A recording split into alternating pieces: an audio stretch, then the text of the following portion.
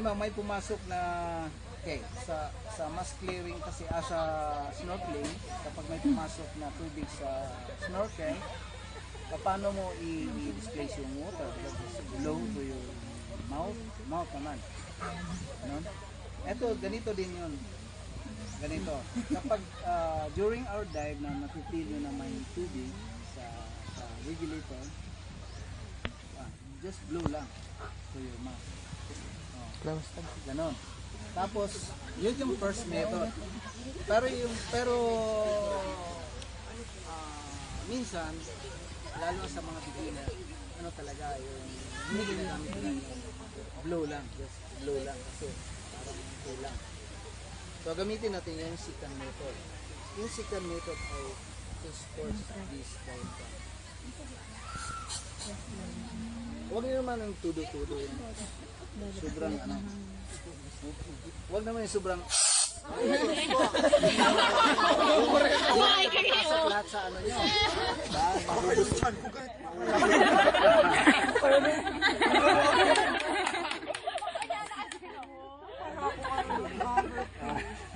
so ganun lang ha. Pa isa-isa lang. Tapos pag inhale nyo, mayroon pa rin. Isa naman. So huwag nyo itong tanggalin sa bibig nyo. Kasi pag tinanggal nyo ito sa bibig nyo, papasok talaga yun. Ain't it fun? Living in the real world. Pretty good. Being all alone.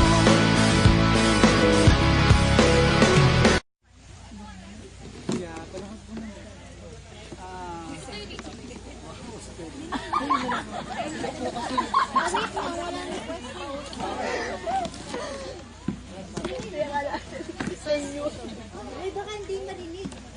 Yung ano kasi, okay, this is intro dive. No? Intro dive, katapos ito wala tayong certificate. Unlike sa open water course, yung diving course talaga na mayroon kayong certificate at mayroon kayong license card, C-card.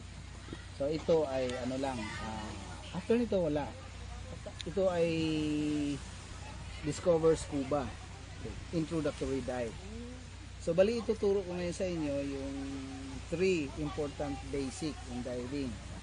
Yung equalization, mass clearing, and regulator clearing. Basta yung tatlo na yun, kung makuha niyo yun, walang problema sa diving. Kasi sa yung iba, yung dive master ang magko-control, like buoyancy nyo. 1:1 kasi yung intro dive eh. So bali yung hawak kayo ng from the start of our dive until the end of our dive, yung dive master palaging mahawak sa inyo. Yung kinokontrol yung buoyancy nyo na nag-hover lang tayo sa para hindi ka sumayad sa coral. We have to protect also the marine environment. So kailangan i-control yung buoyancy nyo na hindi nyo masipa yung coral. Okay? Tapos number 1, yung equalization. When you start going down, feel yung underwater pressure. Yung underwater pressure ay yung sasakit yung tenga nyo. Parang sumasakay kayo ng eroplano na sa pressure kasi sa taas. Napipil yung sumasakit yung tenga. So kailangan alam nyo kung paano mag-equalize. Kasi kung hindi kayo makapag-equalize ay doon na mag-start na magpapanik na kayo kasi sobrang sakit, diba? Kayo disoriented na, bali hindi na alam gagawin nyo, yun magpapanik na kayo. So kailangan alam niyo yun kung paano. Na ituturo ko sa inyo kung paano. Okay. First is yung hand signal, underwater hand signal para sa communication natin. Okay. Yung okay sa diving, ito yun. Ito. Kasi dito sa surface, pag nagsabi tayong okay, diba ito yung ginagamit natin? Sabi natin, okay. Yan. Pero sa diving, ito ay hindi okay. This is going up. Okay? Going up, going down, going this way, or going that way. Okay. Tapos yung okay. Ain't it fun? Living in the real world.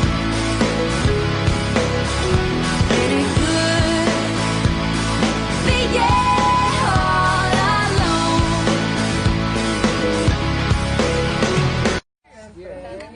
Lahat naman nakababa. Nabot nga kami ng gabi. Kuya, mga ilang minutes ka? Mga 40 minutes. Pwede nga. 1 hour. 40 minutes, parang dalawang tayo ng pili mo doon sa ilalim. Ako nga. Picture ko. Oh, picture. Free.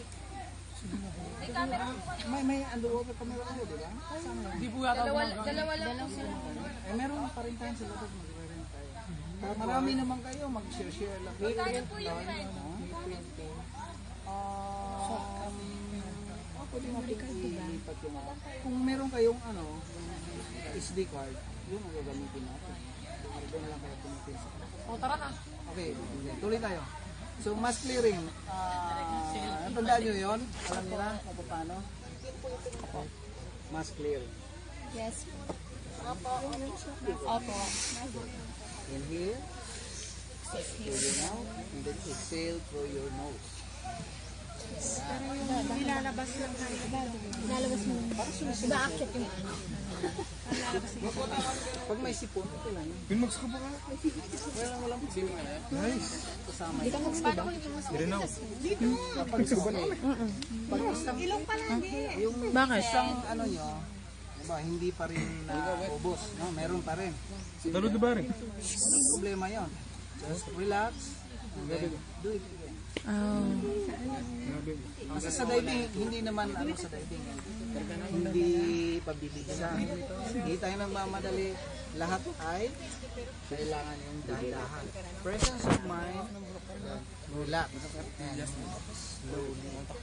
Kasi kapag mabilis tayo doon, you miss something. But if you move slowly, you can see everything, the beauty under your breath. Okay? May sipon eh, okay lang. Mag-ano ka ulit? Sipon eh. Diri yun, ina?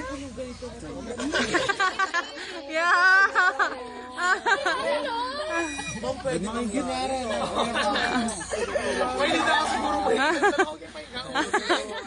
Papalitan mo nung Pwede lang.